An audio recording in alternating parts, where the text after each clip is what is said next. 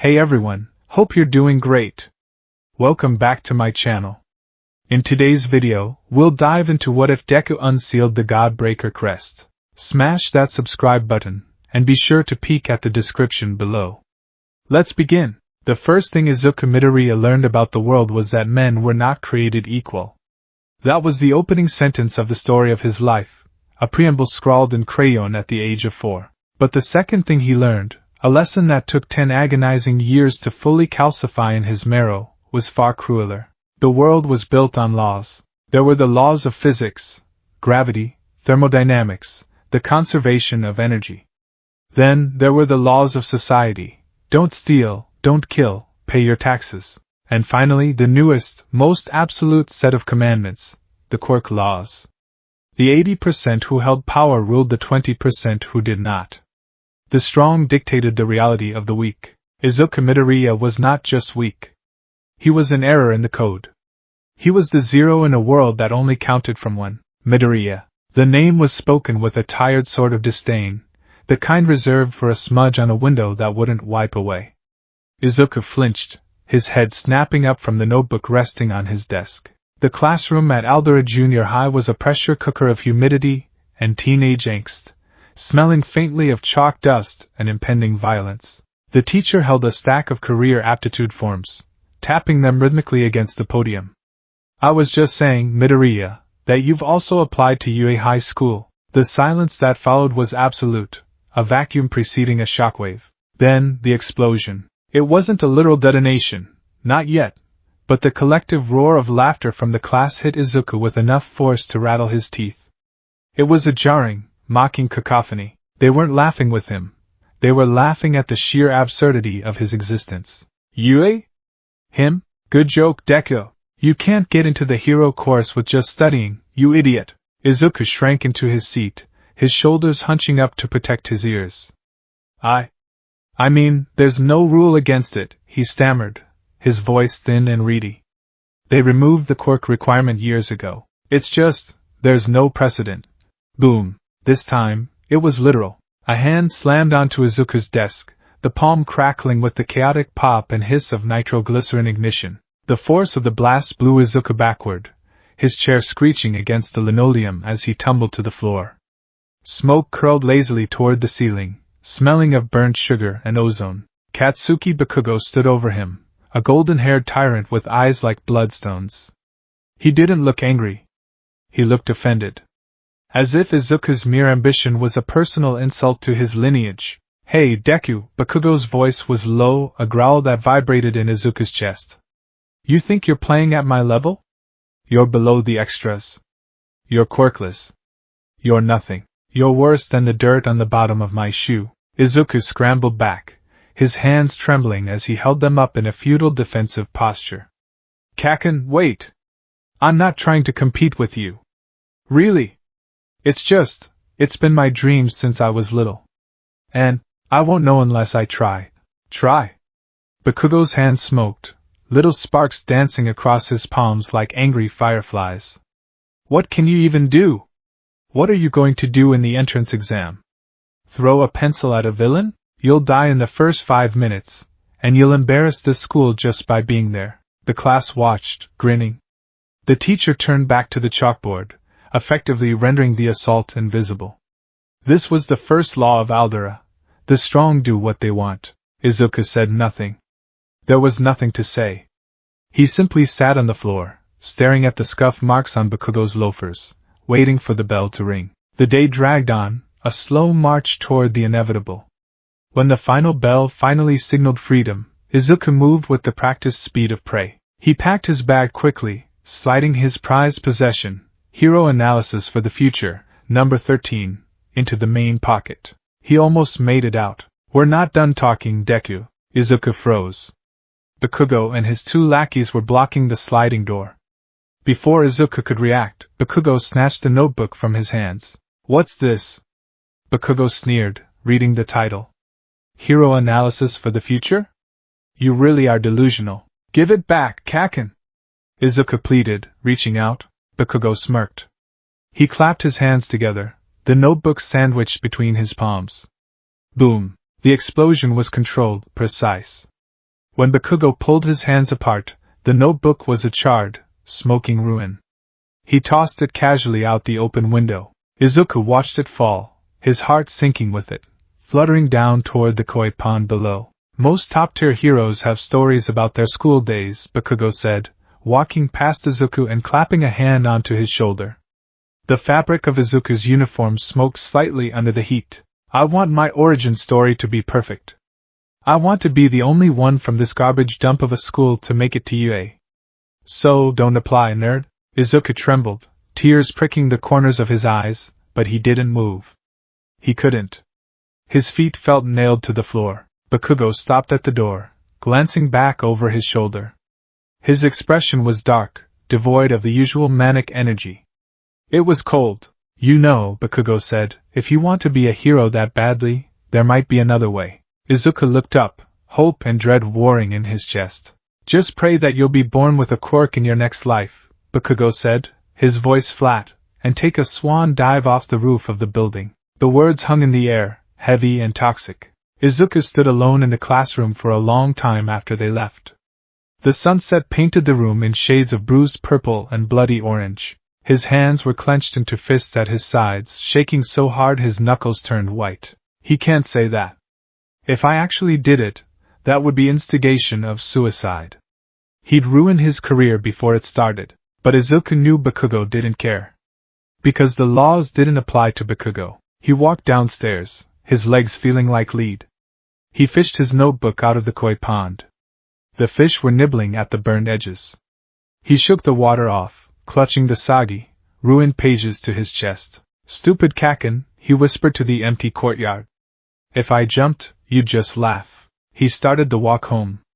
It was a route he could walk blindfolded, leading through the quieter residential districts and under a large, concrete underpass. Izuku muttered to himself as he walked, a habit he developed to fill the silence of his own existence. It's okay.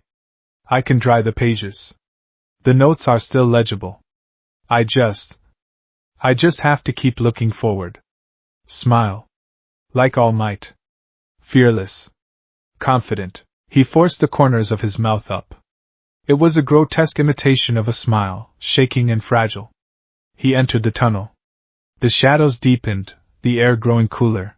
I just have to try, he told the darkness. I just have to. A sound came from behind him. A wet, slurping noise, like mud sliding over concrete. Izuku turned. The manhole cover had been pushed aside. Rising from the sewer grate was a nightmare made of fluid. It was a mass of dark green sludge, viscous and shifting, with two frantic, bulging eyes floating in the muck. A medium-sized invisibility cloak. The sludge rasped. Its voice sounded like bubbles popping in oil. Izuku froze. His brain screamed at him to run, to scream, to do something, but his body was paralyzed by the sheer, primal terror of being hunted. The sludge lunged. It hit him like a tidal wave. The fluid was cold and smelled of sewage and rot. It forced its way into his mouth, his nose coating his eyes. Izuku gagged, his hands clawing at the fluid, but there was nothing to grip. It was liquid. It flowed around his fingers, mocking his struggle. Don't struggle, kid, the villain whispered against his ear, or where his ear used to be. It'll only hurt for a minute. I just need to hide inside you.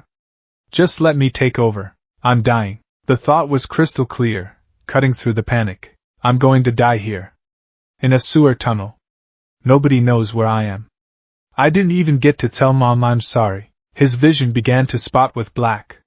His lungs burned, a fire spreading through his chest as the oxygen ran out.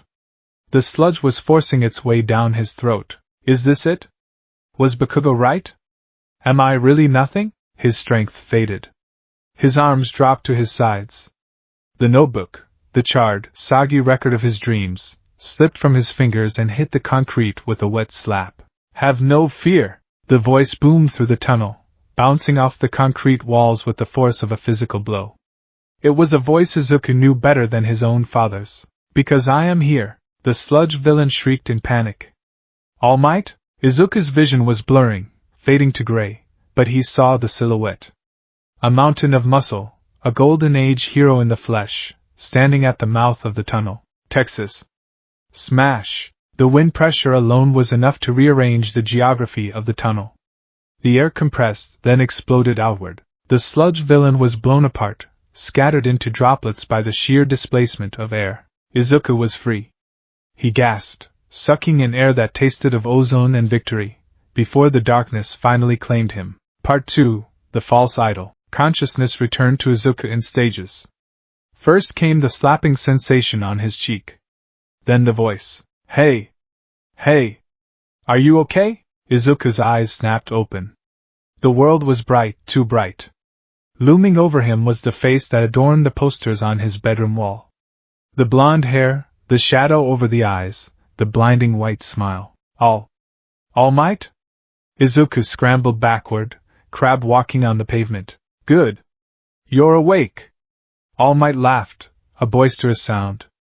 My apologies for getting you caught up in my justice ing. I usually keep the streets cleaner than this. Izuku looked around. The sludge villain was contained in 2 plastic soda bottles All Might was holding. You saved me. Indeed. And now, I must be off to deliver this guy to the police. All Might did a stretch, preparing to jump. Wait. Izuku scrambled to his feet. I have to ask you something. It's important. No time, young fan. Evil waits for no one. All Might crouched, his leg muscles tensing. Please! Izuku lunged. As All Might launched himself into the sky, he felt a weight on his leg. He looked down, horrified, to see the green-haired boy clinging to his calf like a limpet, his face rippling from the G-force. Hey! Let go! I love the enthusiasm, but this is too much. All Might shouted over the wind. If I let go now, I'll die. Izuku screamed, tears streaming horizontally from his eyes. Ah. Good point. They landed on the roof of a nondescript office building. Izuku collapsed, gasping for air, his heart hammering against his ribs like a trapped bird. All Might dusted himself off. That was reckless, kid. Seriously. Now I really have to go. Wait. Izuku stood up, his legs shaking. All Might. I need to know. I have to know. He clenched his fists, looking down at his red sneakers. This was it. The question that had haunted him for 10 years. Can I be a hero even if I don't have a quirk? Silence stretched across the rooftop. The wind whistled through the railing. Izuku squeezed his eyes shut, waiting for the validation he so desperately needed. Yes, young man. Anyone can be a hero. That's what the TV said. I've always been teased. Everyone says I'm useless. But I want to save people. I want to save everyone with a smile, just like you. So, can I? He opened his eyes. All Might was gone. In his place stood a skeletal man, emaciated and gaunt, engulfed in a cloud of steam. His eyes were sunken into deep, black sockets. He coughed, and blood sprayed onto the concrete. Huh? Izuku screamed. Where's All Might? You're an imposter. You're stick man. I assure you, I am All Might, the man wheezed, wiping blood from his chin. He sat down heavily against the railing, lifting his shirt. Izuku gasped. The left side of the man's torso was a ruin.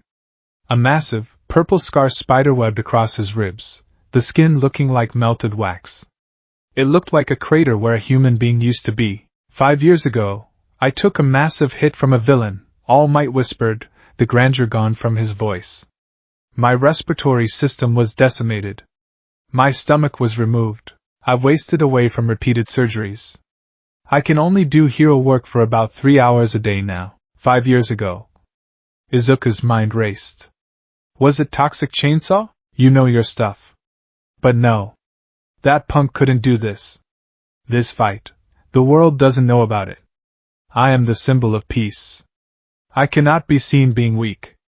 I smiled to trick the fear inside me, kid. All Might looked up, his eyes hollow. Pros are always risking their lives.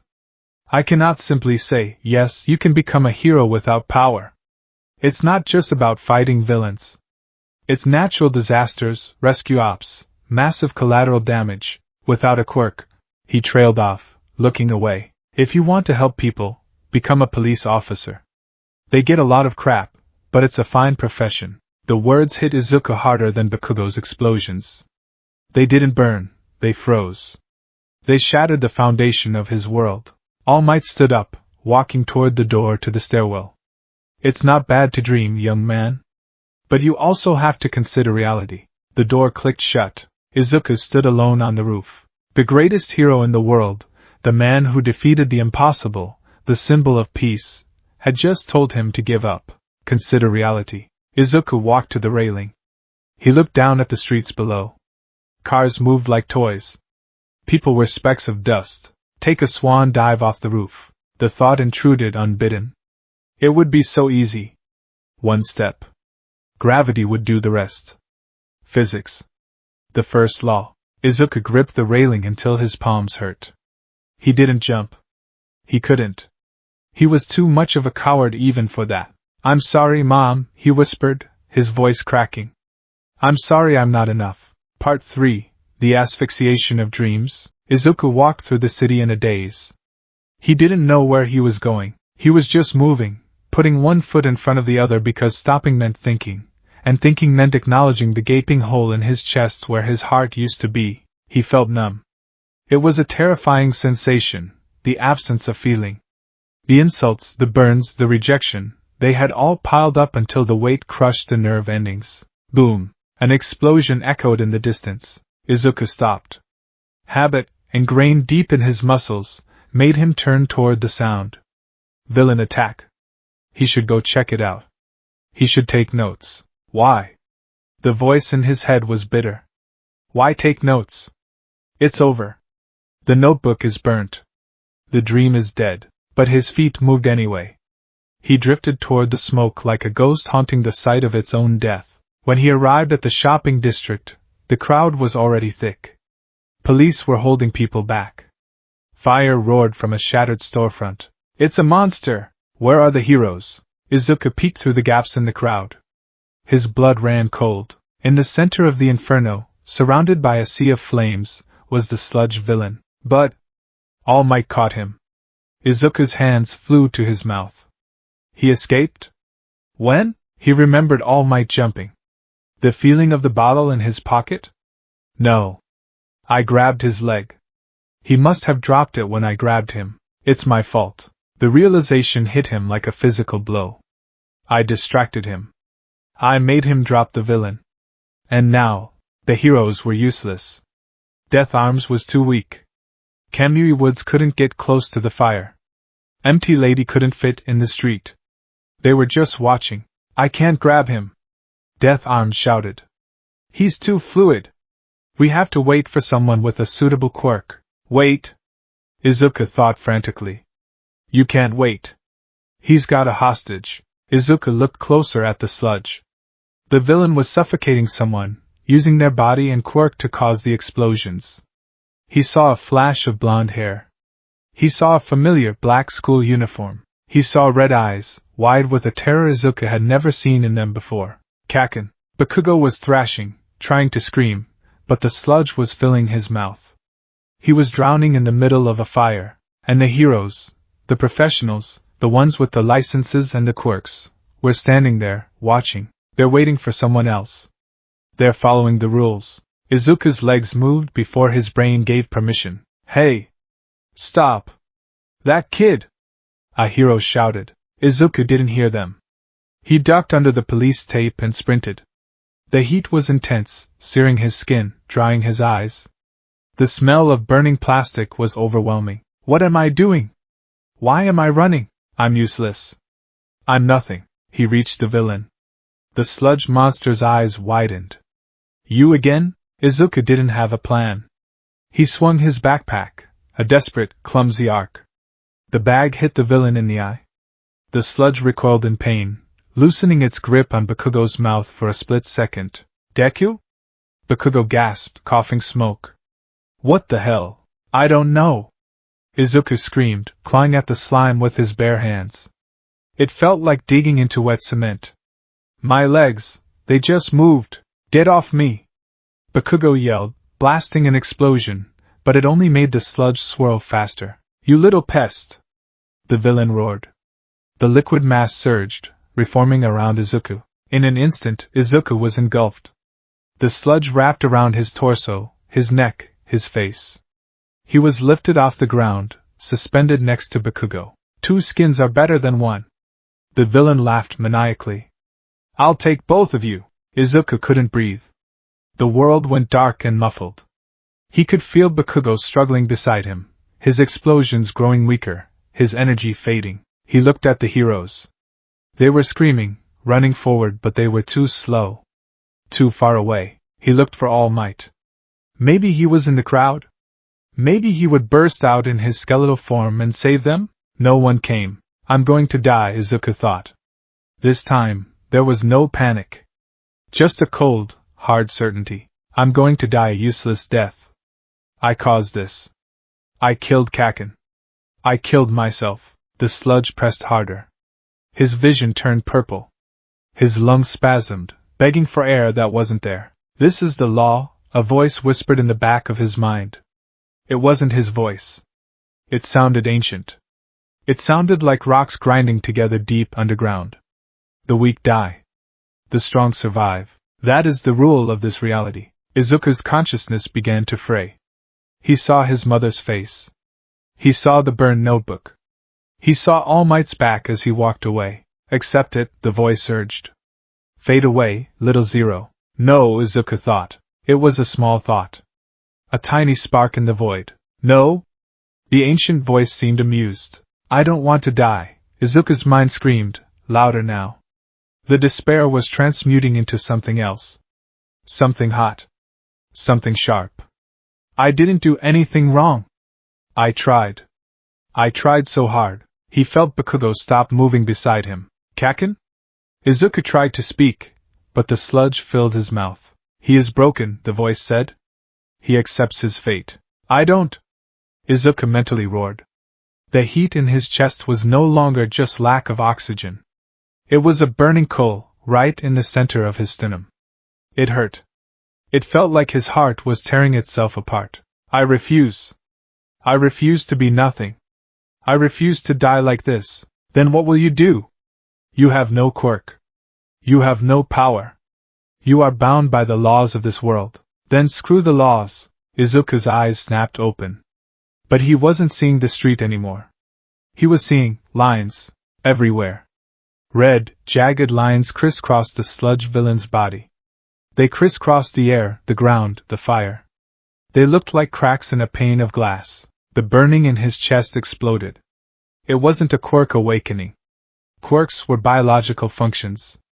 This felt like a door being kicked open in his soul. A seal, placed there before history began, shattered under the sheer, unadulterated force of his refusal to cease existing. Very well, the voice thundered, echoing not in his mind, but in the very atoms of the air around him. If the laws do not suit you, break them. Part 4, the first law. To the crowd watching, the moment stretched into an eternity. They saw the green-haired boy stop struggling. They saw his head loll forward. No! Death Arms yelled, smashing his fists against a wall of fire he couldn't pass. Damn it! All Might, standing at the back of the crowd in his civilian form, clutched his shirt. He was vibrating with self-hatred. I'm pathetic. I'm watching a child die because I wasted my time preaching. He tried to force his muscle form, but his body screamed in protest. Blood leaked from his mouth. Move! Move, damn it! And then, the screaming stopped, not because the boys were dead, but because the sound was sucked out of the air. A low hum began. It was a sound felt in the teeth rather than heard. The fire surrounding the villain didn't go out, it froze. The flames stood still, like a painting, suspended in time. A light appeared in the center of the sludge. It wasn't the warm glow of a quirk. It was a jagged, violent crimson. Crack. The sound was deafening. It sounded like a lightning strike hitting a cathedral bell. The sludge covering Izuku's chest didn't melt. It didn't explode. It simply vanished. A hole appeared in the villain's liquid body, revealing Izuku Midoriya. But it wasn't the Izuku they knew. His skin was pale, almost translucent. From the center of his chest, directly over his heart, a pattern of angry, black fractal lines was spreading. They crawled up his neck, across his left cheek, and down his right arm. They pulsed with a rhythmic, red luminescence. Izuku lifted his head. His eyes were open. The scara, usually white, was pitch black. His irises were glowing, piercing white rings. "Let go," Izuku said. His voice wasn't loud. It was distorted, layered with a harmonic resonance that grated against the ears of everyone within 3 blocks. The sludge villain, confused and terrified, tried to squeeze harder. What are you?" Izuku moved his right arm. The motion was jerky, mechanical. The black lines on his skin flared brighter. The air around his arm seemed to distort, looking like heat haze. He placed his hand on the sludge covering Bakugo. "I said let go." Izuku's fingers curled. He didn't grip the sludge. He gripped the space the sludge occupied. He pulled. Shatter. The reality of the moment fractured. The air in front of Izuku split open with a web of red fissures. The shockwave was instantaneous and directional. It didn't push the villain. It didn't burn him. It deleted the cohesive bonds holding his molecules together. The sludge villain shrieked, a sound that was cut short as his body lost all surface tension. He didn't turn into a puddle. He turned into mist. He was atomized. The liquid simply ceased to function as liquid, scattering into inert, harmless vapor that rained down instantly onto the pavement. Bakugo fell forward, coughing violently, the sludge gone from his system. He looked up, eyes wide, at the boy standing next to him. "Deku." Izuku didn't answer. He was staring at his own hand. The red energy was arcing off his fingertips, eating away at the asphalt below him.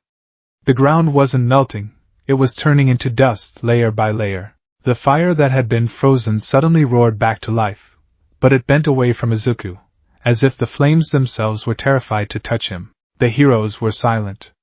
The crowd was silent. Even the sirens seemed to fade into the background. Izuku turned slowly to look at the heroes. The black lines on his face were receding slightly, but the glow remained. He looked like a deity of destruction trapped in the body of a middle schooler. He took a step forward. Crunch! The pavement cracked under his sneaker. Not just the surface. A fissure shot out 10 meters, splitting the road in half. "Kid!"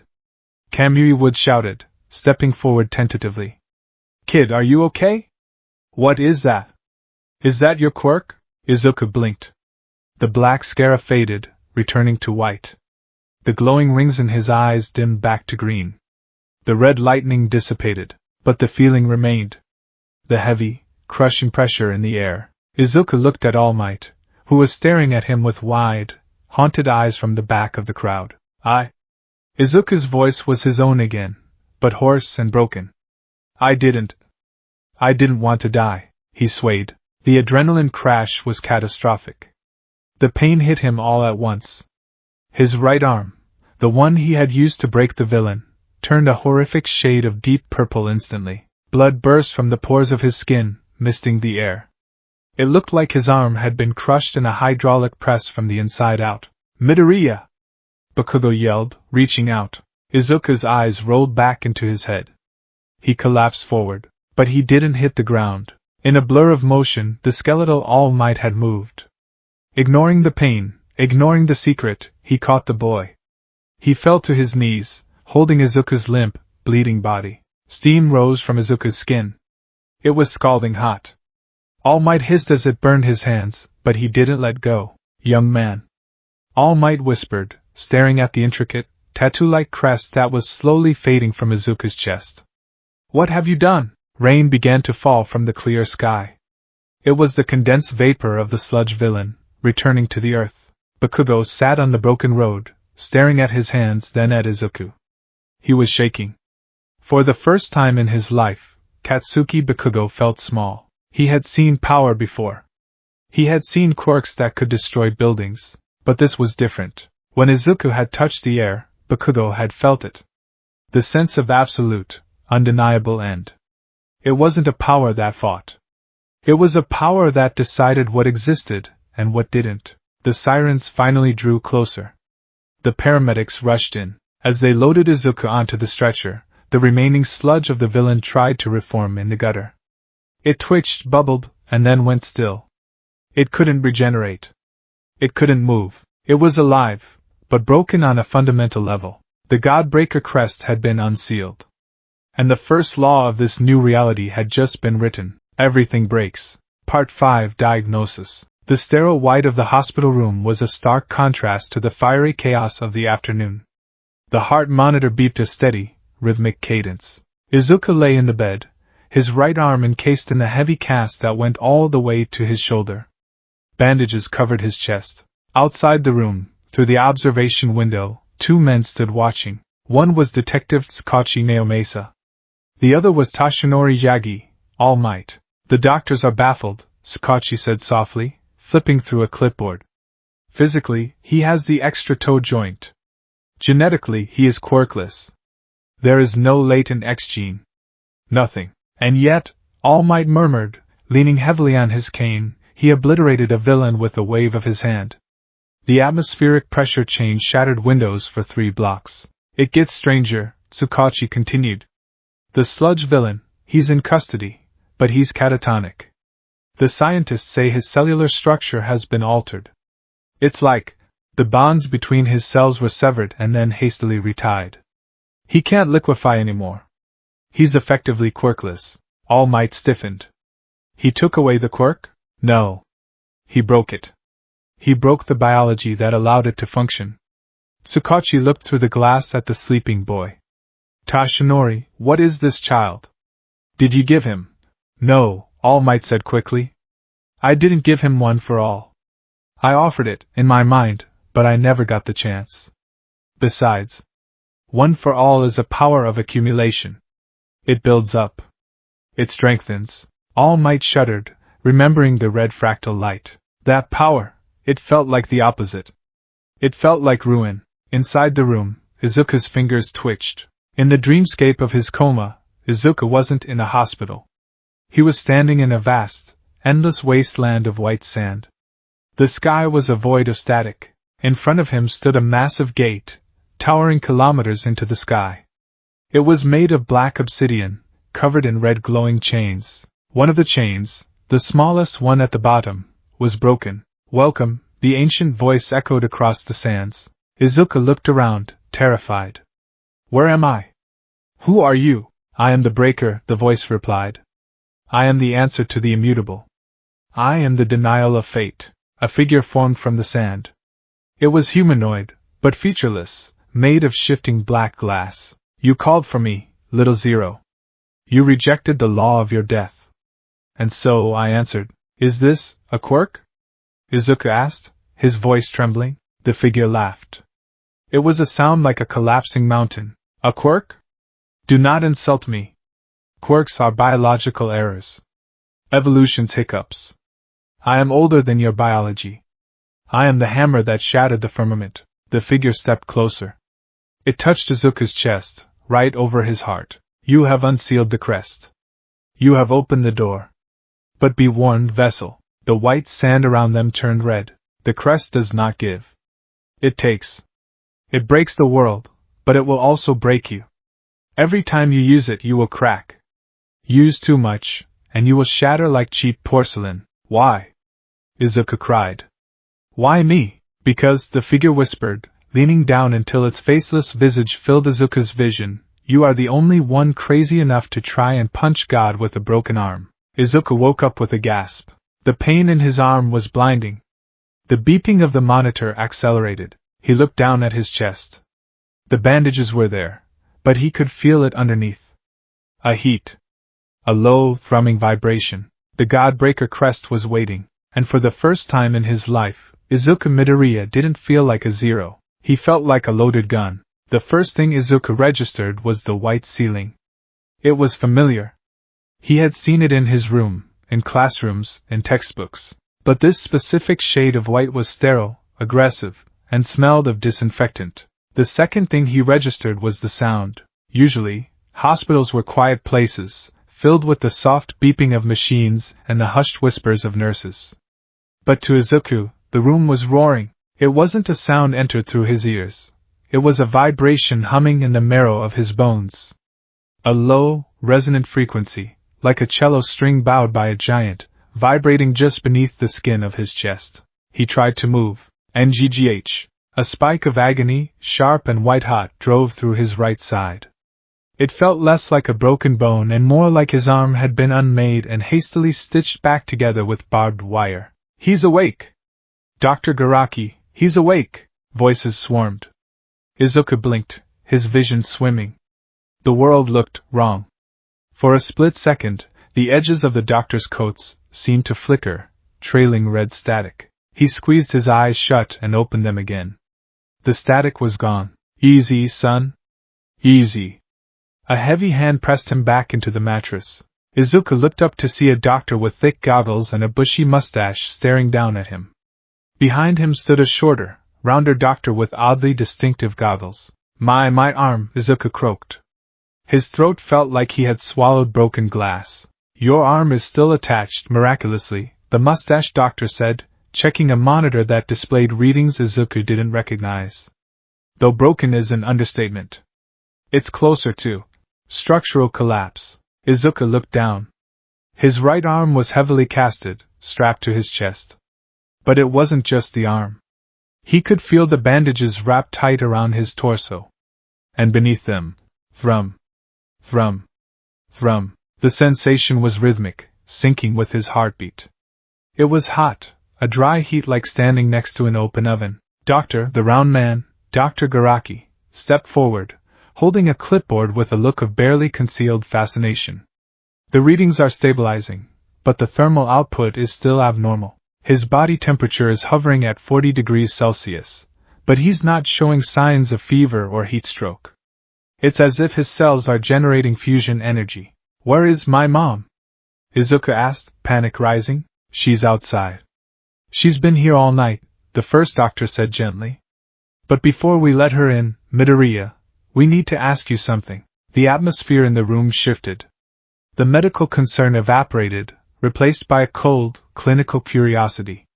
Dr. Garaki leaned in closer, his lenses reflecting the fluorescent lights. "Midoriya, according to your medical records that have been double-checked against the National Registry, you are quirkless. You have the double-jointed pinky toe. You lack the localized X gene clusters associated with quirk factors." Izuku swallowed hard. "Yes. I am." "Then," Garaki whispered, his voice sliding like oil, "can you explain why the bone density in your right arm suggests you tried to channel the force of a hydraulic press? And more importantly, can you explain this?" Garaki held up a mirror. Izuku looked. He gasped, his breath itching. The hospital gown was loose at the collar. Creeping up from his chest, stopping just below his jawline, were lines. They weren't scars. They weren't tattoos. They looked like fractures in a pane of black glass, embedded into his skin. They were jagged, fractal patterns, black as void, and every few seconds, a faint, crimson pulse traveled through them like blood moving through a vein. "It won't wash off," Garaki said. "It's not ink. It's pigmentation change deep in the dermis. And it emits a low-level radiation we can't identify." I don't know," Izuku whispered, terrified. He tried to remember the tunnel. The sludge. The voice. The breaker. I didn't want to die," Izuku stammered. And then, something broke. Garaki stared at him for a long moment. Then, he scribbled something on his clipboard. "Diagnosis unknown. Cause unknown. Current status unstable." He turned to the other doctor. "Keep him sedated if the heart rate spikes. This isn't a quirk awakening. It's something else. Something anomalous." As they left the room, Izuku heard Garaki mutter one last thing, barely audible. "A vessel that burns itself to hold the contents. How wasteful." Part 2, The Truth of Lies. The police arrived 2 hours later. Izuku was sitting up, sipping water through a straw that Inko Midoriya was holding for him. His mother was a wreck. Her eyes were swollen shut from crying, and she kept touching the uninjured side of his face as if to confirm he was solid. "I'm so sorry, Izuku," she sobbed for the 100th time. "I should have been there. I should have." "Mom, it's okay," Izuku whispered, though it wasn't. The heat in his chest hadn't faded. It was a constant, heavy pressure, like carrying a lead weight in his lungs. There was a knock at the door. "Mrs. Midoriya?" "I'm Detective Tsukachi Naomasa from the police force." May I have a moment with your son? Inko stiffened, her mother bear instincts warring with her respect for authority. He's hurt, Detective. He needs rest. It will be brief, ma'am. It's about the incident. And All Might is here as well, Inko gasped. Izuku froze. The door opened. The detective, a man in a trench coat with a kind but tired face, walked in. Behind him ducked a very tall, very skeletal man in a suit that hung loosely off his frame. All Might? Inko squeaked. Hello, ma'am. All Might said, though his voice lacked its usual booming quality. He coughed into a handkerchief, hiding the spray of blood. I am merely here to check on the young hero who saved the day. I'll go get some tea, Inko stammered, bowing frantically before rushing out of the room, giving them privacy. The door clicked shut. The silence that followed was heavy. Sakachi pulled up a chair. All Might stood by the window, his back to the light, casting a long shadow over the bed. He didn't look at Izuku. He looked at the floor. Midoriya Izuku, Sakachi started, clicking a pen. I'm going to ask you a few questions. My quirk is called Human Lie Detector. It allows me to know if what you are saying is true or false. Do you understand? Yes, sir, Izuku said. Good. Let's start with the basics. Did you intend to engage the villain known as the Sludge Villain? No. My legs, they just moved on their own. True, Sakachi noted. Did you use a quirk to defeat the villain? Izuku paused. He looked down at his chest, feeling the hum of the crest. He thought about the voice in the dream. Quirks are biological errors. I am older. I don't have a quirk, Izuku said softly. Sakachi waited. He stared at Izuku, then at his notepad. His brow furrowed. True, Sakachi whispered, visibly confused. He looked up at All Might. Tashinori, it registered as true.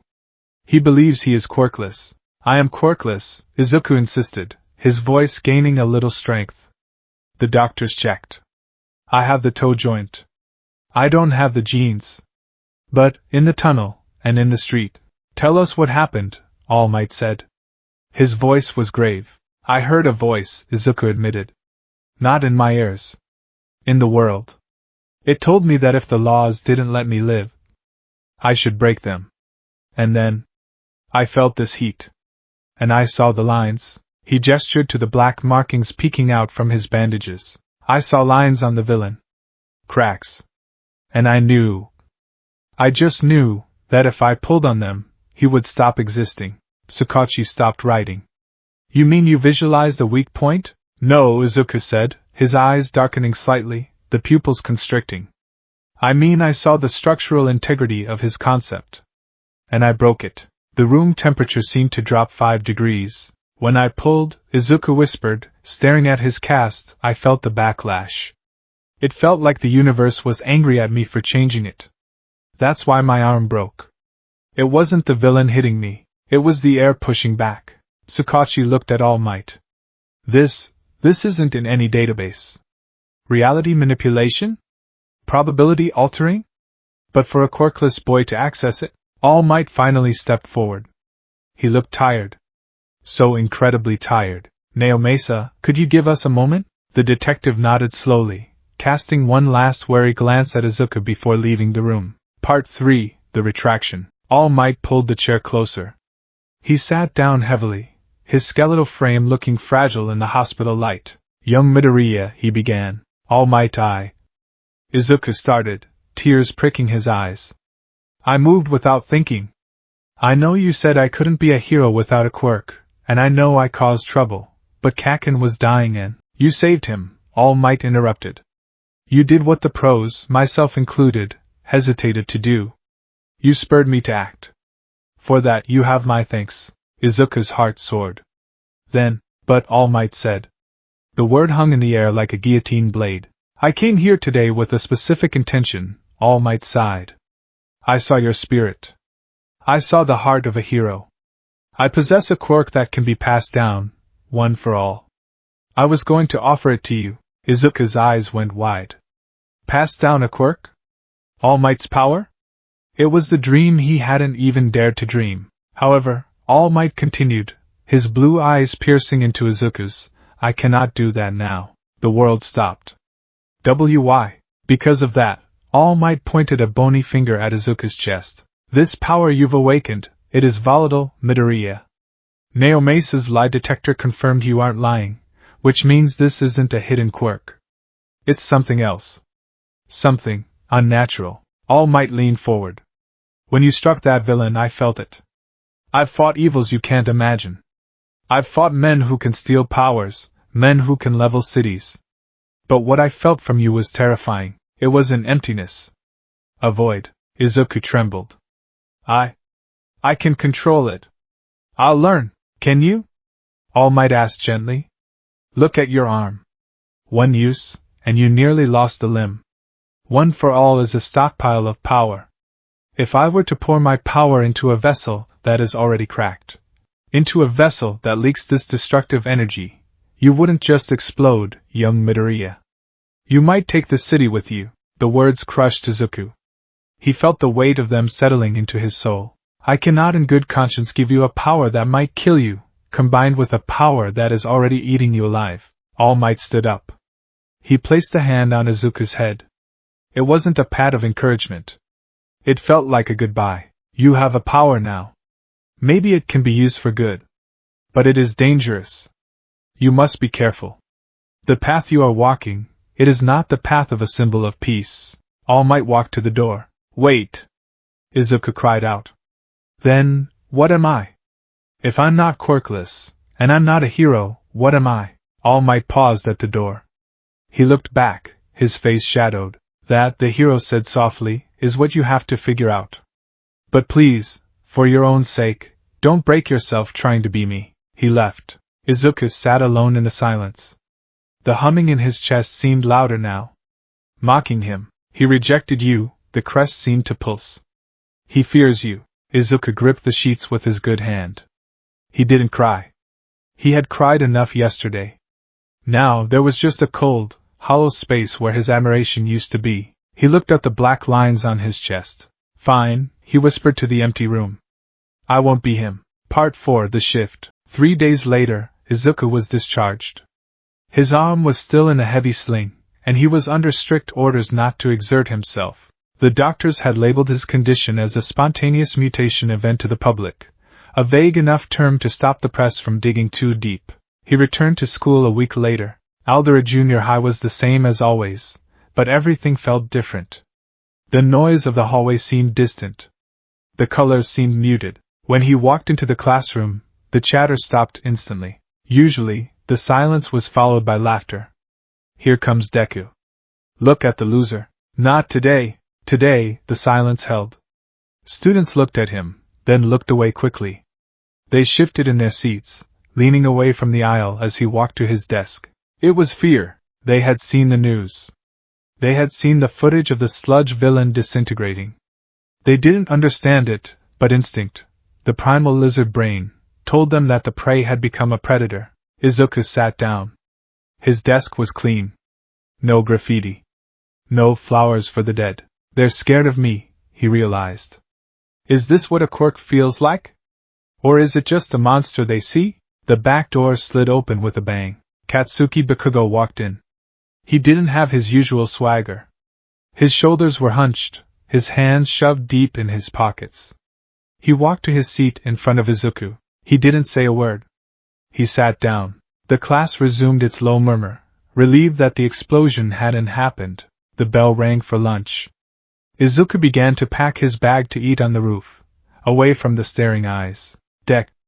Izuku. The voice was quiet. Strained. Izuku froze. Bakugo hadn't used his real name since they were 4 years old. He looked up. Bakugo was standing by his desk. He wasn't looking at Izuku.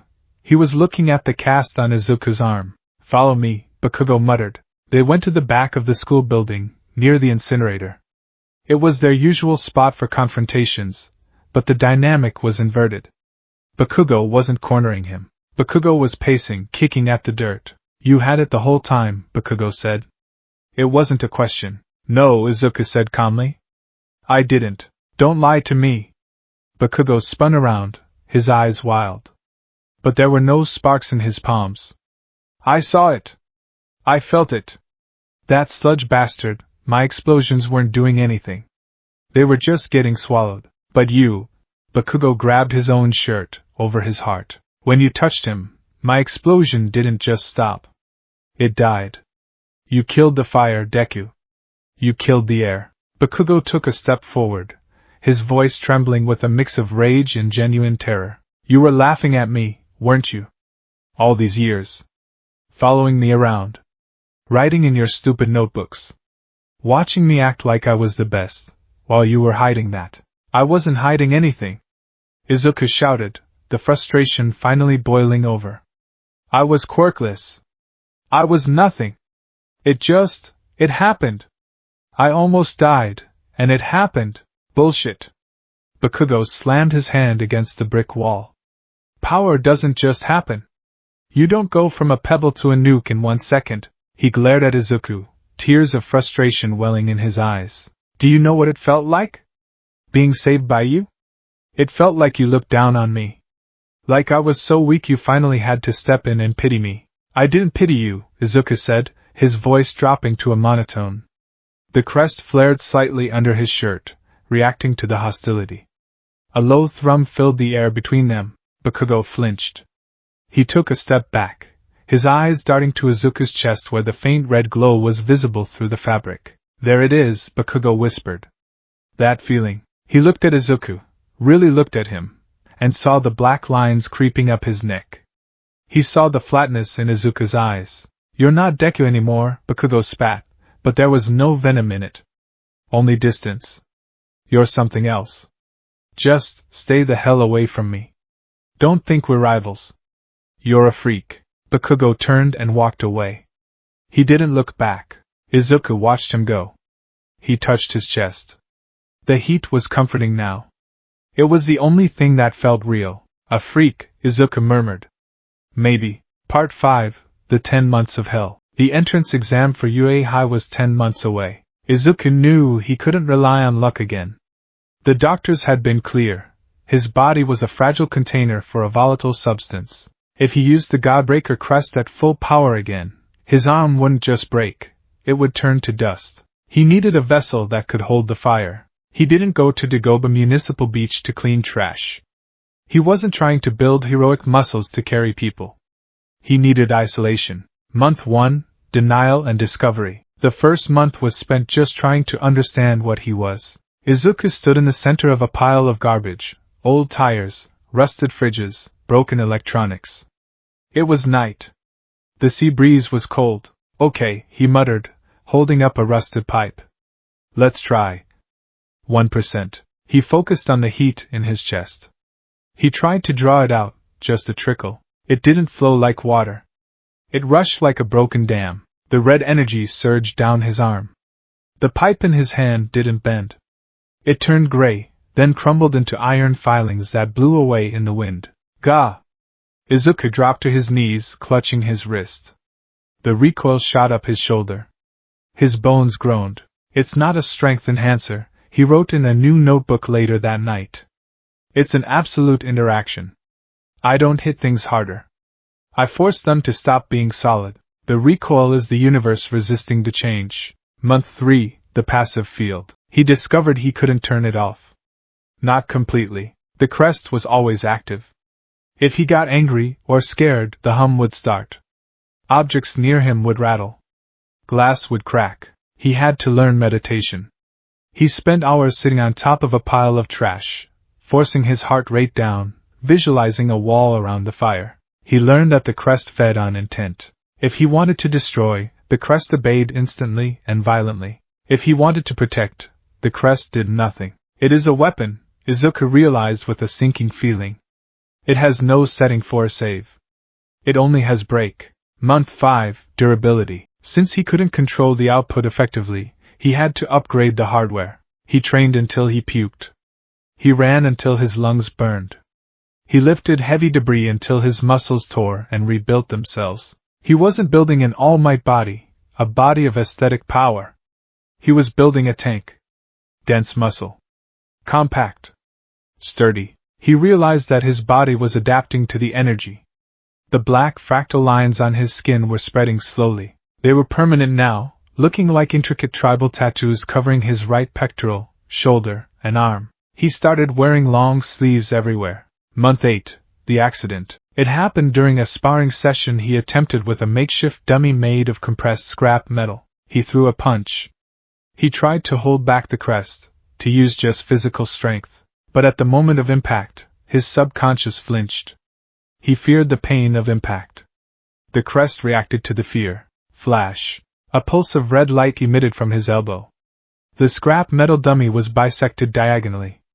The cut was perfectly smooth, mirror bright, but the shockwave threw Izuku backward 10 feet. He landed hard, gasping. He looked at the cut. I cut the space, he realized. I didn't touch the metal. I cut the coordinates the metal occupied. He was a glass cannon. He had the power to kill a god, but a stiff breeze could knock him over because using his power crippled him. Month 10, the morning of the exam, the sun rose over Dagoba Beach. It wasn't clean. Izuku hadn't cleared the whole beach, maybe only a third of it. But the section he had cleared was flat. There were no footprints. The sand had been pressed down into a hard, glass-like surface from the repeated pressure waves of his training. Izuku stood on the edge of the water. He was taller now. Broader. His curly green hair was shorn shorter on the sides, giving him a harder look. He wore a black compression shirt under his track jacket to hide the lines. He made a fist. The red light pulsed under his skin, visible even in the daylight. I can't save them with a smile, Izuku whispered to the ocean. He remembered All Might's words. Don't break yourself trying to be me. I won't be you, All Might. Izuku let the crest flare. The water in front of him retreated, pushed back by an invisible wall of pressure. I'll be the one who breaks the things that hurt them. He turned and walked away from the ocean, toward the train station. Toward UA High. Part 6. The Gate. The gates of UA were massive. Students were flooding in, a sea of nervous energy and colorful quirks. Izuku walked alone. He kept his head down, his hands in his pockets. Out of my way, Deku. The voice was low, devoid of its usual explosive aggression. Bakugo walked past him, bumping his shoulder. It wasn't a shove. It was just a dismissal. Bakugo didn't even look at him. Izuku didn't flinch. He didn't apologize. He just kept walking. Oh. It's you! A bubbly voice stopped him. Izuku turned to see a girl with a round face and brown hair. She had been the one he almost tripped over earlier. No, wait, that was a different timeline. In this reality he hadn't tripped. He walked with a center of gravity so low he was almost unshakable. I saw you at the beach, the girl said, beaming. I was training there too. You were the scary guy lifting the fridge. Hi, Izuku said, his social skills still rusty. I'm Uraraka Ochako. Let's do our best, okay? She pumped a fist in the air. Izuku nodded. He tried to smile, but it felt tight. Yeah. Let's do our best. He watched her run off. She was bright. Hopeful. She wants to be a hero, he thought. I just want to survive. He entered the auditorium for the orientation. President Mike was screaming on stage. Everybody say hey. Silence. Izuku sat in the back. He reviewed the pamphlet. Robots. Destroy them to earn points. It was the worst possible matchup for him. Robots were durable. To break them, he would need to use the crest. If he used the crest too much, he looked at his right hand. He clenched it. I have to pace myself. Use 1%. Just enough to shatter joints. Don't erase them. Just break them. And you! The one with the curly hair. Izuku snapped out of his thoughts. A boy with glasses and blue hair was pointing at him from across the aisle. You've been muttering this whole time. It's distracting. If you're here to mourn, leave. If you're here to become a hero, show some respect. The auditorium went quiet. Everyone looked at Izuku. Izuku looked at the boy, Ida Tenya, if he recalled the famous hero family correctly. Slowly Izuku stood up. The hum started. It was faint, just a low vibration that rattled the metal seats in the row. I'm not muttering, Izuku said. His voice carried without shouting. It was flat, cold. I'm calculating how many times I can punch before my arm falls off. He stared Ida down. So mind your own business. He sat back down. Ida blinked, taken aback by the sheer intensity of the aura coming off the plain boy. The student sitting next to Izuku scooted away. On the stage, President Mike adjusted his glasses. Up in the observation booth, a small animal-like principal sipped his tea. Oh? Nizu watched the monitors. That one, his energy readings are off the charts. But his body is terrifyingly frail. He's a glass cannon, Aizawa Shota mumbled from his sleeping bag in the corner. He'll wash out in the practical. Nizu smiled, a sharp, predatory grin. Or, he'll break the test. Part 7, the practical, exam site B. The gates to the mock city were huge. Izuku stood in the crowd of examinees. He was wearing a simple green tracksuit. He had reinforced the right sleeve with duct tape, a pathetic attempt to add support. Start! Present Mike yelled from the tower. There are no countdowns in real battles. Go go go! The crowd surged forward. Izuku was left behind for a second, taking a deep breath. First law of the Godbreaker, offense is absolute. He took off. He wasn't fast. His physical stats were slightly above average for a human, but nothing compared to quirk users. He turned a corner and found a one-pointer. A fast-wheeled drone. It locked onto him. Target acquired. It lunged. Izuku didn't dodge. He stepped into the guard. Brake. He tapped the robot's chassis with his palm. He didn't punch. He just touched it and flared the crest for a microsecond. Snap. The robot's internal gyro-stabilizer shattered. Not the casing, the mechanism inside. The robot spun out of control and crashed into a wall, exploding. 1, Izuku counted. He shook his hand. His fingers tingled. Manageable. He kept moving. A 3-pointer appeared. A giant missile-firing behemoth. Izuku ran up the side of a building, parkour skills honed on trash piles, and jumped. He landed on the robot's head. He placed both hands on the metal plating. Crumble. He sent a pulse of vibration through the metal. It wasn't sound. It was a command to separate. The robot fell apart like a Lego set kicked by a toddler. Bolts popped, seams opened, and the massive machine collapsed into a pile of scrap. 4 points. His nose started to bleed. Too much efficiency, he chided himself, wiping the blood. I'm using too much mana for small spells. The exam continued. Izuku wasn't flashy. He didn't create massive explosions like the blonde kid, Bakugo was in a different center, thank God, or float things like Uraraka. He just walked up to robots, touched them, and they stopped working. Sometimes they fell apart. Sometimes they imploded. He had 28 points. It wasn't enough. He was slowing down. His right arm was throbbing with a dull, sickening ache. The black lines on his skin were glowing hot enough to singe his tracksuit's sleeve. 6 minutes left. Izuku panted, leaning against the wall. He was dizzy. The recoil was building up. It was like radiation poisoning. I need a few more. Just a few more. Then, the ground shook. It wasn't a robot. It was an earthquake. From the central plaza, a shadow engulfed the street. The 0-pointer. It was gargantuan. Bigger than the skyscrapers. It swiped a hand, and an entire building facade crumbled. Run! It's the gimmick! Get away! Students were fleeing in panic. Izuku turned to run with them. There was no point fighting that. It was worth 0 points. Ow! A voice cried out. Izuku stopped. The hum in his chest spiked. He looked back. Uraraka was trapped under rubble. The 0-pointer was looming over her. Its treads were grinding the pavement, seconds away from crushing her. The other students were gone. Even Ida was sprinting away. Laws of physics. A body of that mass cannot be stopped by a human. Laws of society, run. Survival of the fittest. Izuku looked at his trembling hand. He looked at the girl. He remembered the sludge villain. He remembered the feeling of helplessness. Screw the laws. Izuku turned around. He didn't run. He sprinted. The crest flared to life, burning through his tracksuit's sleeve. The fabric disintegrated, revealing the glowing, fractal nightmare on his arm. He jumped. He didn't have a flying quirk. He used the crest to break the air resistance under his feet, creating a momentary solid platform of compressed vacuum. He kicked off the air.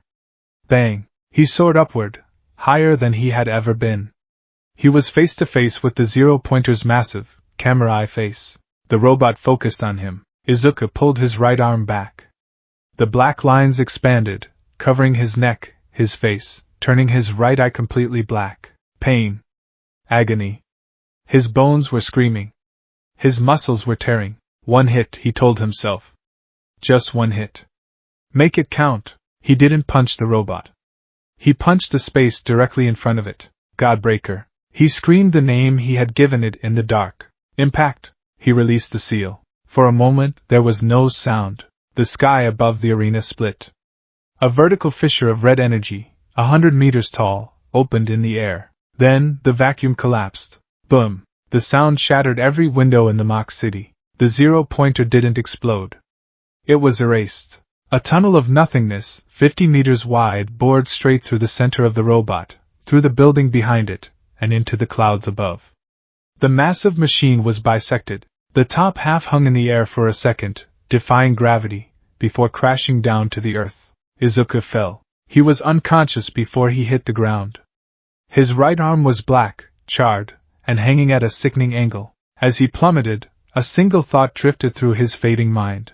Diagnosis, still unknown. Result, victory. The written portion of the UA entrance exam was designed to filter out those who lacked the intellectual capacity for heroics. It was a grueling 6-hour marathon of law, history, mathematics, and quirk theory. Usually, the testing halls were filled with the nervous scratching of pencils, the frantic erasing of mistakes, and the palpable anxiety of teenagers realizing they didn't know the answer to question 14. In Testing Hall C, however, there was only silence. It wasn't a peaceful silence. It was the kind of heavy, oppressive quiet found in a forest when a predator steps into the clearing.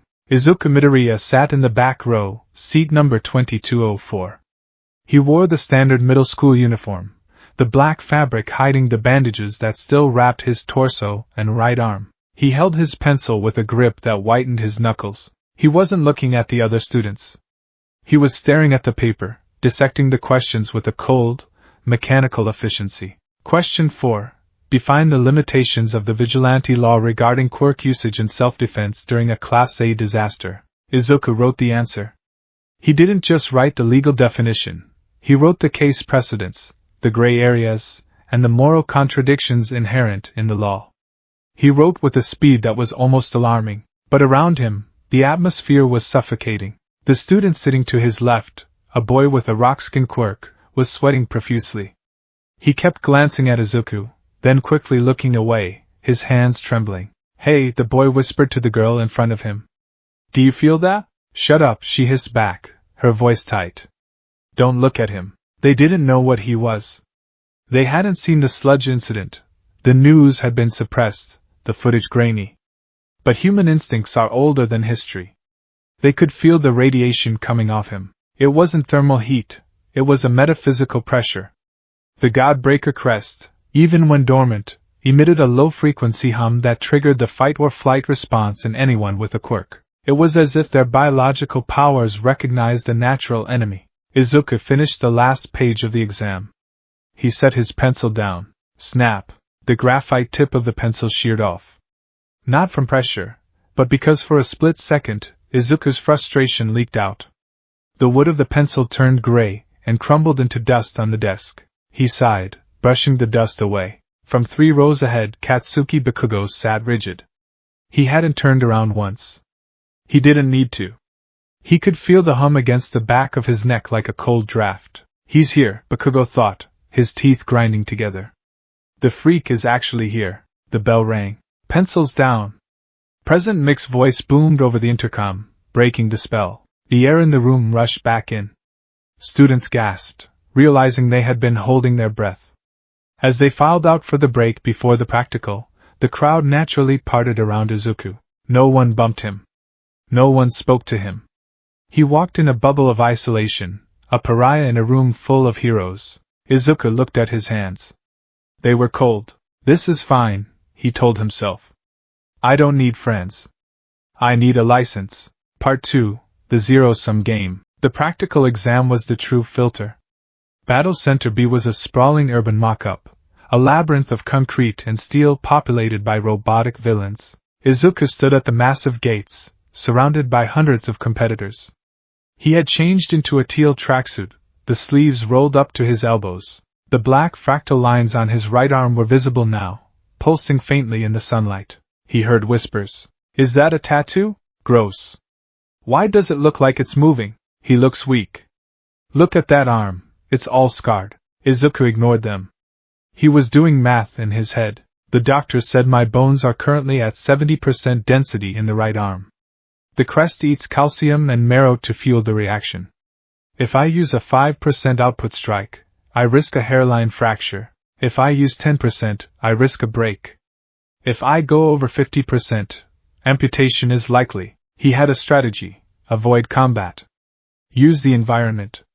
Only use the crest if absolutely necessary. And start. Present mix scream pierced the air. While the other students hesitated, confused by the lack of a countdown, Izuku moved.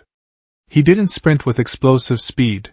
He ran with a low, predatory loping gait. He entered the city. Minutes 0 to 3, the reality check. The first robot appeared around a corner. A one-pointer. It was fast, rolling on a single wheel, targeting him with a red laser eye. Target acquired. Izuku dodged the initial lunge, rolling over the hood of a fake taxi. He came up behind the robot. He didn't use the crest. He grabbed a loose metal pipe from the ground and swung with all his physical might. Clang! The pipe vibrated in his hands, stinging his palms. The robot barely scratched. It spun its torso 180 degrees and backhanded him. Gah! Izuku flew backward, skidding across the pavement. He tasted blood. Physical attacks are useless, he realized, wiping his lip. These aren't training dummies. They are reinforced steel. The robot charged again. Izuku gritted his teeth. I have to use it. He held out his right hand. He focused on the heat in his chest, trying to draw out just a sliver. Just a spark. Break, he whispered. He touched the robot's central eye. Flash. The recoil jolted through his shoulder like a gunshot. The robot's head didn't explode. It simply ceased to connect to its body. The metal neck dissolved into fine iron sand. The robot collapsed, lifeless. 1 point, Izuku panted, clutching his wrist. His radius throbbed. Too much. That was too much energy for a one-pointer. Minutes 3 to 7, the gap. The exam turned into a nightmare. While other students, like the engine-legged boy and the laser-shooting blonde, were tearing through robots by the dozen, Izuku was struggling. He found a two-pointer. He dodged its tail swipe. He tried to trip it, to use its own weight against it. It didn't work. He had to use the crest again. He placed his palm on its leg joint. Snap. The leg crumbled. The robot fell. He stomped on its power core. 3 points. He was too slow. Every time he used the crest, he had to stop and let the pain in his arms subside. The hum in his chest was getting louder, demanding more. The crest wanted to be unleashed. It hated this restraint. It felt like trying to hold back a tidal wave with a teacup. More, the voice in his blood whispered. Let it go. Break the city. No, Izuku muttered, sweating. Control. He rounded a corner and saw a three-pointer. But before he could engage, a laser beam shot past his ear and blew the robot's head off. Merci. A blond boy with a sparkling navel laser posed. Too slow, monsieur. Izuku gritted his teeth and ran to the next alley. Empty. Just scrap metal. He ran to the next block. A girl with acid hands melted a robot before he could reach it. Sorry, she chirped. Izuku checked the time. 2 minutes left. Points 3. He was failing. He was going to fail. After everything, the sludge villain, the training, the pain, he was going to zero out because he was too afraid to break his own bones. Panic began to set in. It was a cold, slimy feeling in his gut. I can't fail. If I fail, I'm nothing. He saw a group of one-pointers huddled together. A jackpot. He raised his hand, ready to unleash a wave of destruction. Boom! An explosion rocked the street. Katsuki Bakugo flew overhead, blasting the robots into scrap with a manic grin. Die! Die! Die! Bakugo landed, looking back at Izuku with a sneer. Still at 3 points, Deku? You really are useless. Izuku lowered his hand. The red light under his skin dimmed. He's right, Izuku thought, despair clawing at his throat. I'm just a vessel for a curse I can't use. Minute 9, the calamity. The ground jumped. It wasn't a figure of speech. The pavement literally hopped 3 inches into the air. Dust rose from the cracks in the streets. A shadow fell over the city. What is that? Someone screamed. Izuku looked up. Rising from the center of the mock city was the zero-pointer. It was a colossus. A mechanical god of destruction that dwarfed the surrounding skyscrapers. Its green camera eyes glowed with malice. It punched a building, and the structure collapsed like a house of cards. It's huge! Run! Remember what Mike said? It's an obstacle. Avoid it. The examinees turned and fled. It was a stampede of terror. Even the confident ones, like Bakugo and the engine boy, were retreating. Izuku stood frozen. This is it, he thought. The exam is over. I failed. He turned to run. It was the logical choice. Self-preservation. The first law of biology. Ow! The sound was small, barely audible over the crashing of falling concrete. But the Crest heard it. The Crest heard everything. Izuku stopped. He looked back. Lying in the rubble, right in the path of the zero-pointer, was the round-faced girl. Uraraka. A piece of concrete had pinned her leg. She was struggling, clawing at the ground, but the robot was looming closer. Its massive treads were grinding the street to dust. She looked up. Her eyes met Izuku's. She didn't scream. She just looked, resigned. She's going to die. The thought was simple. The teachers won't make it in time. The robot doesn't have sensors for a single human under that much debris. She will be crushed. Izuku felt the heat in his chest flare. It wasn't the painful, gnawing heat from before. It was different. It was eager. The law says run, the voice whispered. The law says you have 3 points. The law says she is competition. Izuku looked at his right arm. The black lines were pulsing violently. Shut up, Izuku said. He turned around. He didn't think about his bones. He didn't think about the points. He didn't think about All Might. He just thought about the girl's eyes. He took a step. Then another. Then he was running. Hey! You idiot! Come back! Someone yelled. Izuku ignored them. He sprinted toward the Titan. As he ran, he reached down and grabbed a piece of rebar from the ground. The Crest roared. The black lines on his arm expanded. They shot up his neck, covering the right side of his face in a fractal web. His right eye turned inward, black sclera, white iris. The rebar in his hand glowed red. Izuku reached the girl. He didn't stop to lift the rock. That would take too long. He jumped. He kicked off the ground with enough force to crack the asphalt. He shot upward, a green and black blur. He was flying toward the face of the god. The zero-pointer's sensors locked onto him. A massive metal hand, the size of a bus, swatted at him. Izuku didn't dodge. He swung the rebar. Out of my way! The rebar didn't hit the hand. The energy coating the rebar hit the space before the hand. Crack! The metal hand was severed instantly. Not cut, erased. A clean, spherical void appeared where the wrist used to be. Izuku flew through the gap, landing on the robot's shoulder. He ran up the neck, the G-force tearing at his muscles. He reached the face. The 3 green eyes stared at him. Izuku pulled his right arm back. He felt his humerus fracture. He felt the tendon snap. The power was too much. The vessel was breaking. But if I don't break, she dies. Current output. Izuku screamed, blood spraying from his nose. Unlimited. He didn't punch the robot. He punched the sky. Godbreaker, heaven piercer. He drove his fist into the air directly in front of the robot's face. For a microsecond, silence. Then, the world screamed. The air fractured. Red cracks spread outward from his fist, hanging in the atmosphere like a spiderweb made of lightning. The pressure wave hit the zero-pointer. The robot didn't explode. It was flattened. An invisible column of force, shaped like a giant fist, hammered the robot from the top down. The head collapsed into the torso. The torso collapsed into the treads. The treads were driven 10 meters into the earth. The shockwave blew the clouds away above the city, leaving a perfect circle of blue sky. The recoil hit Izuku. His right arm didn't just break. It turned purple instantly, the skin splitting open. He was launched backward by the force of his own attack, a ragdoll tossed by a hurricane. As he fell, tumbling through the air, he saw the destroyed robot. He saw the girl, safe, staring up in horror. 0 points, Izuku thought, his consciousness fading. But I broke it. Part 3, the observation room. In the darkened observation room, the monitors were static. The camera feed on the 0-pointer had cut out the moment the impact occurred. Silence reigned among the pro-heroes. What? Midnight whispered, her hand covering her mouth. What was that? Cementos leaned forward, his eyes wide.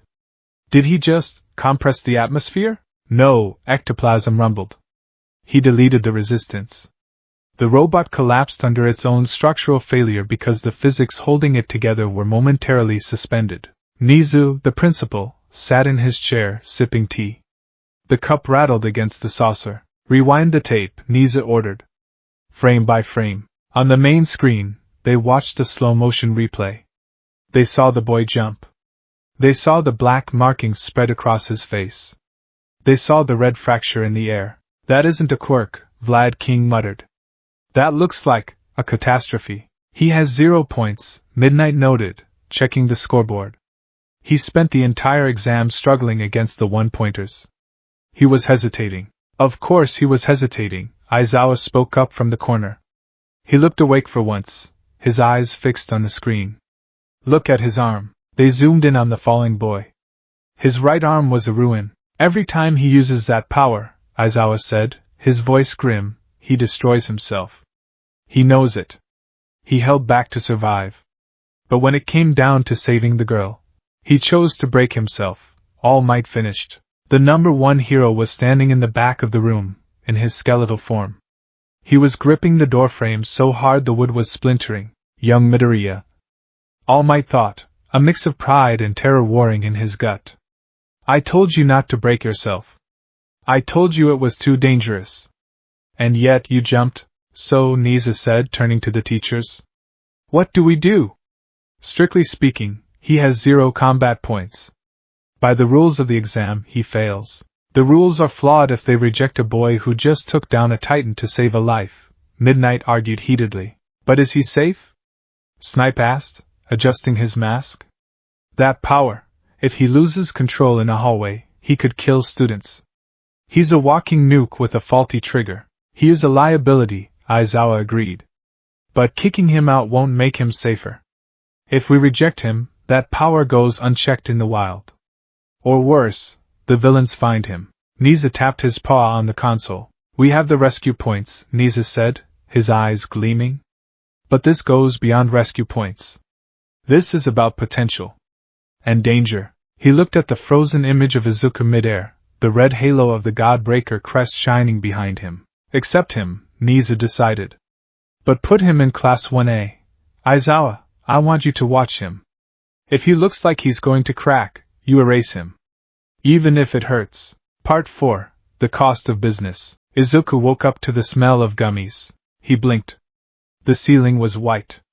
Again. Oh good, you're up. Stop moving. Recovery Girl was standing on a stool next to his bed. She looked exhausted.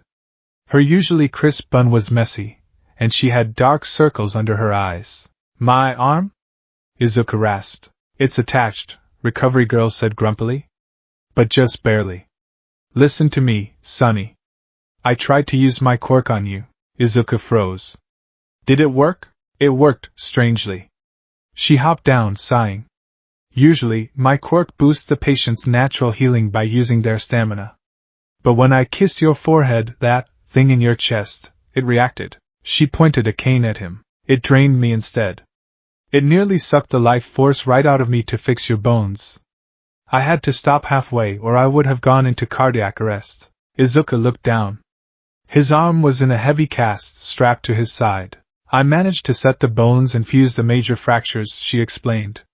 But the muscle tears? The nerve damage? You have to heal that the old-fashioned way. Rest. Protein. And absolutely no using that power for at least 2 weeks. I didn't mean to hurt you, Izuku whispered. I know, she softened slightly. But you need to understand. Your body is fighting a war against your own power. You are like a glass cannon, boy. You fire once, and you shatter. She handed him a lollipop. Go home. Rest. And pray you didn't fail the exam, because if you did this for nothing, I'm going to hit you with this cane. Part 5, The Long Week. The week following the exam was a blur of pain and silence. Izuku stayed in his room. His mother fussed over him, crying every time she looked at his cast. He didn't tell her about the 0-pointer. He just said he tripped. He knew he failed. He had counted 3 villain points. It wasn't enough. Even the general studies course required a written test score he wasn't sure he aced, and the hero course was out of the question. He lay in bed, staring at his All Might posters. They felt like they were mocking him now. You can't be a hero, the posters seemed to say. You're a breaker. He looked at the black lines on his chest in the mirror. They hadn't faded. If anything, they were darker. More defined. They looked less like cracks now and more like roots. The breaker, the voice from the void had called itself. Is that all I am? Izuku asked his reflection. Just a weapon? The reflection didn't answer. But his eyes, for a second, the reflection's eyes flashed black. Day 7, the letter. Inko Midoriya slid the envelope under his door. She didn't come in. She was too scared of the disappointment. Izuku picked it up. It was heavy. The Yui wax seal was stamped on the back. He sat at his desk. He used the letter opener to slice it open. A small metal disc fell out. Hollow projector,